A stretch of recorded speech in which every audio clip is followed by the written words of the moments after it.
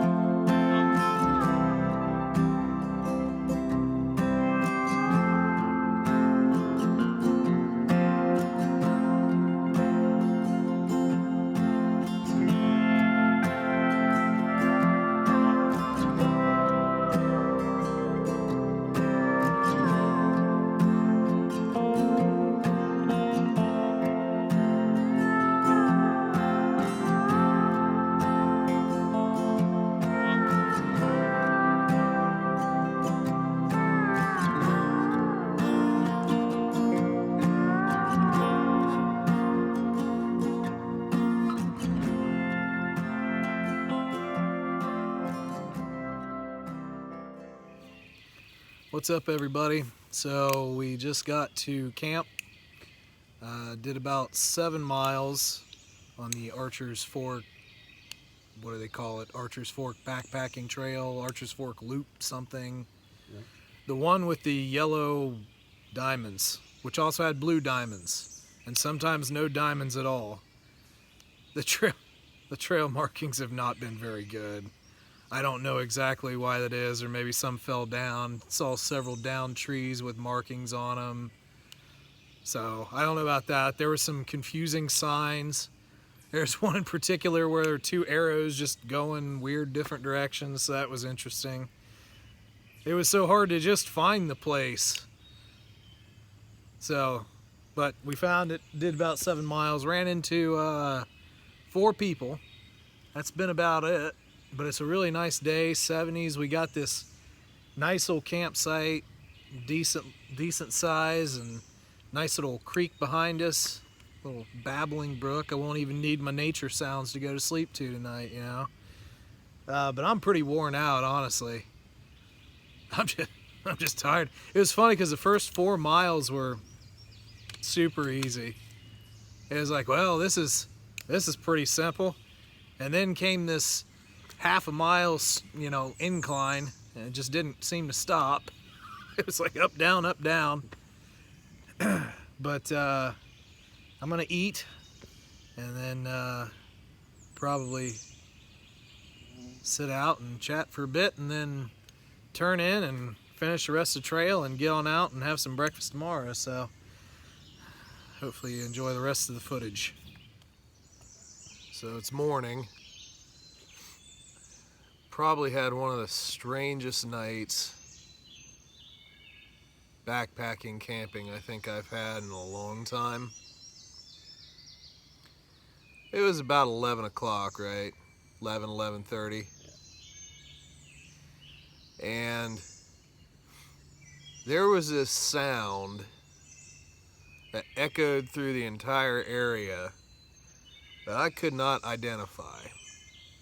I've heard boar squabbling, I've heard coyotes, I've heard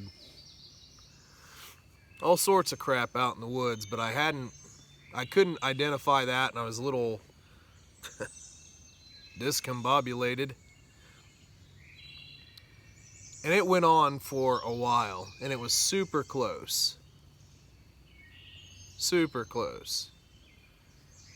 And I hear out in the night, David? Did you hear that too? Oh man. So then after a couple of minutes of this sound, then some car doors start shutting, and then we find out that there is a road that literally wraps around seemingly this entire campsite. You can't really see it. Maybe if it were like fall or something and all the foliage is dropped or whatever. But you can't see this road. And then, you know, we're still like in the tents debating, like, do we get out and meet death face on, or will these 4 walls protect us? But it literally sounded like they were creeping up the creek bed, like in an ATV or something. But obviously hearing doors slam, it's not an ATV or a couple Polarises with the doors or something. I don't know. But anyway, we finally came to the logical conclusion after a few minutes of looking at the facts that it was more than likely a hound. And there were some guys up here running hounds. And the hound was baying. At least that's what we think it was. There's definitely a truck running up and down this magical road that we didn't know was here. Unless they were hunting Bigfoot. Well, yeah, unless it was a Bigfoot. I don't know officially what a Bigfoot sound is. It was weird. Super weird, and it just made me hyper focused all night on sounds. So every little drop, twig break, snap, pop, crackle, whatever, I was just hyper focused on. Did wind up getting some sleep, but I'm still kind of tired personally. And kind of ready to hike out and get some, I don't know, probably by the time we hike out it would be lunch. Maybe. But yeah, we'll see. Don't know how much longer we have, honestly, because like I said, the mileage is vastly different among different websites and so forth. So we could either have about 3 miles left or 6 miles left. I didn't really deep dive into that very, very hard. I usually kind of like to see a little bit of it, but it could be, we could be in for nothing or a little bit more than something. So we'll see. But anyway, we're gonna go ahead and clear up camp here and probably get back on trail. So here's a little bit more trail footage.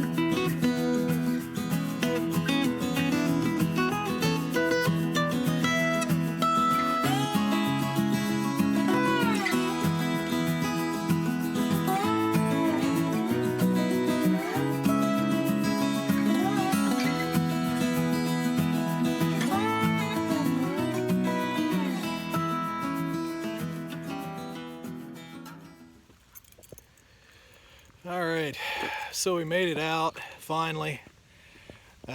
Sitting here at the parking lot for a second getting rehydrated. So everybody lied about the distance of that particular trail. First sight 9.5, second sight 12.9, basically just a shade under 14 in total. A lot up and down on that last part. Kind of a deceiving trail, but talk a little bit more about it once I get home. We'll do a little recap, and then so we'll see you then. All right, everybody, it's me again for the final time. So I wanted to do a couple of little last thoughts for this particular trail and kind of summarize some of the experience.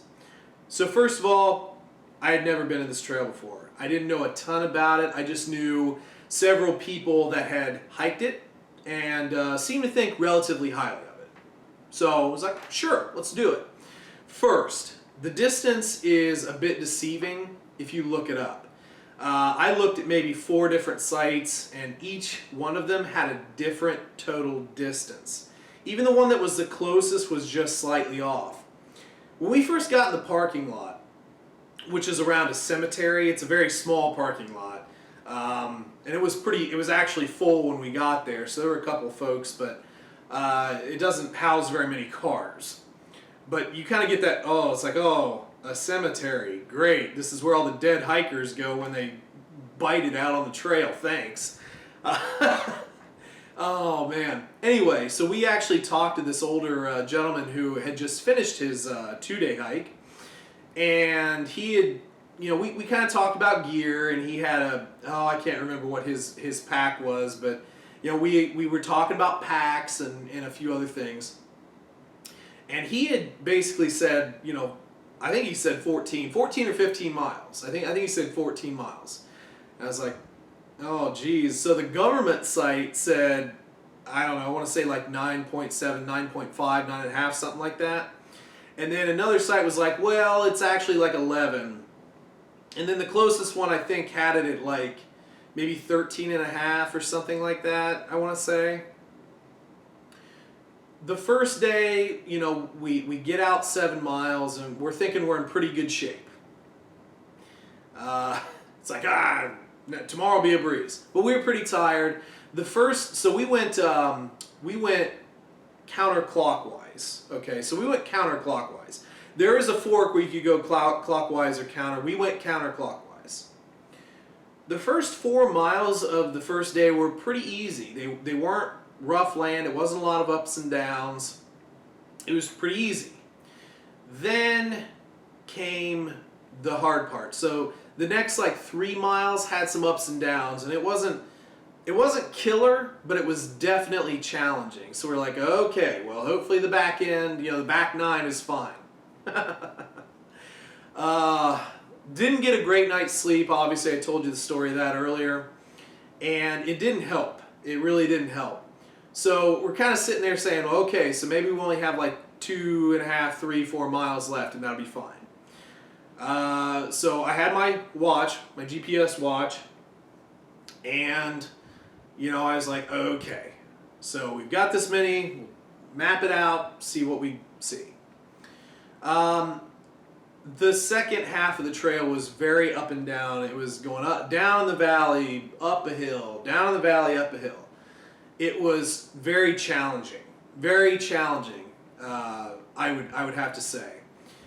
This is maybe not like expert level, but certainly harder than probably intermediate, okay?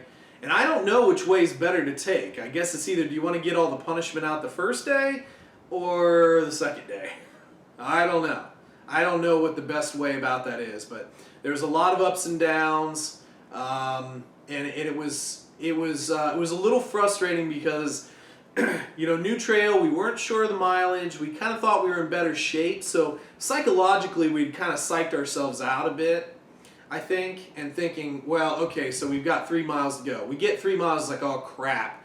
Well, you know what, maybe the next site, and maybe it's another 2 miles. Oh crap, it's not. So the actual total trail was just a hair, just a shade under 14. It wasn't a true 14 mile. And it was a little brutal. It was a little brutal. So, my pace generally is about, 2.25, under 2.5 miles an hour. So between 2.25 and 2.5 miles an hour is usually what I can average. Now, granted, I'm also taking video for you, and stopping to try and look around, because the area wasn't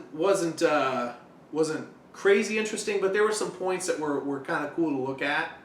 One thing I'll say, there's a lot of exposed gas lines, and there were some areas where you could really smell it. Really smell it. And I think if you stayed around some of those areas, it'd probably make you a little sick. So that's one thing that I wasn't super happy about, to be honest. I understand, the natural gas world and everything, and I'm not really knocking it.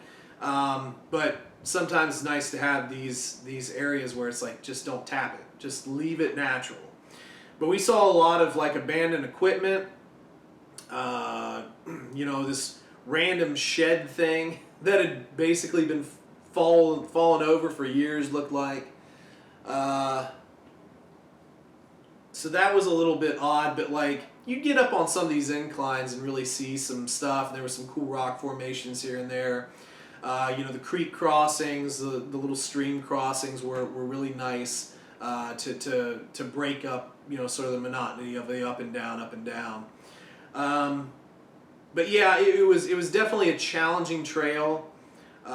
It took a while to get there from where we live, and it just seemed like it took forever to just get there, And like I said, the second day was tough. I was sore, very sore. I was sore. I was sore for that day. The next day I felt fine, but yeah, it was definitely a challenging trail. I'm happy I did it. I'm happy to have went down there and done it. Would I go back? That's one that I don't necessarily know if I'd go back to or not. Not because of the challenge, but just I just don't know if it was unique enough to go back to, or fun enough to go back to. I don't know. I could be right, could be wrong. Who knows? However, an interesting side note. So on the way back, we decided we were going to get lunch and stopped down in Marietta. And we're looking around. It's like, okay, there's Mexican. Okay, there's this, that, and the other. And we actually ran through the strip, and on the way back to go to the Mexican restaurant near the highway, I saw this sign for Biscuit World. I was like, we're going to Biscuit World. Oh man, wound up going to Biscuit World, and I don't remember what they called it. Maybe it was like the Big Tater, or I don't even remember what it was called. I really don't. But they had all these thick cube cut potatoes, so breakfast potatoes, not hash browns, which I actually prefer. All these cube potatoes, cheese and gravy and sausage, gravy and eggs and cheese all thrown onto a plate with this big old homemade biscuit. I was a happy man. I was a happy man to intake those calories into my body to replenish my soul. So I guess if you're ever in Marietta, Ohio, just hop on over to the Biscuit World, and don't tell them we sent you, because they don't know who I am. But it was a cool stop, and it actually kind of it energized me a little bit, because I still had like a 2.5 hour drive back home. So it was interesting. But yeah, the trail, Archer's Fork, definitely an interesting trail. I think there is definitely some re-hikeability to it. It's a challenge. It's definitely a challenge. And the other thing, I didn't even really mention this, it was so muddy. Oh my God, it was muddy. And it made it worse. It made it worse. It wasn't so bad on the inclines or the declines, but you would just get in these stretches where it's just like, just ripping your feet out of mud and back in. And yeah, that was not fun. That wasn't fun at all. Saw a couple snakes, just little guys, just little snakies out there on the trail. But man, oh man, it was muddy. And I don't know how many of you just trumped through mud. Thankfully, the shoes were cinched on tight, and they weren't coming off or any of that kind of BS, but I'll just put it this way. When we stopped about a half a mile away. And I had a picture of a map that somebody had GPSed his hike through it. And I lined that up with where I was. I was like, dude, we're like right there. We're so close, it's not even funny. Because we were both to the point where we were just super tired, super just over it, I think. And we only had maybe a half mile left. When we saw that cemetery, it's like, not today, Satan. Not today. Yeah. Oh, but yeah, the drive back was interesting, and you know, barring a couple of things, it was a reasonably enjoyable trip. You know, definitely great campsites around there, and there's quite a few campsites along the trail. So nice campsites, some decent scenery, but yeah, there was some other points where it's like you get a little bit too much of the people. But there was like nobody out there. We ran into that group of 4, and that was it. I think that was it. I don't think I remember running into anybody else. So, but anyway, hopefully you enjoyed the footage. Hopefully you enjoyed the video. You know, I hope you just enjoy this kind of content, because this is stuff that I like doing. I like going out on trail and just getting lost in the woods. Well, not lost, but getting out in the woods and popping a tent up and just having some fun. And hopefully I'll try and get more out there as I can. Try and get more. But for now, there's Archer's Fork in the book. So thank you very much for watching. All you subscribers, you guys are awesome. For those of you who have not subscribed, hit that old subscription button. I try and put out a video a week at bare minimum. Different content here recently, but I'll continue to try and put content out there. Hit the like button if you enjoyed yourself, and leave a comment if you have something to say. But yeah, folks, thank you very much for stopping by. I really do appreciate it, and we will catch you down the trail. See ya.